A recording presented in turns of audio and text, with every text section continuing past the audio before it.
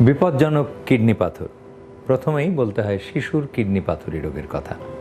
শিশু 4 থেকে 11 বছর বয়স পর্যন্ত এই বাচ্চাদের যদি পাথর হয়, হবে না এমন না, প্রচুর হয় এবং আমাদের কাছে আসেও।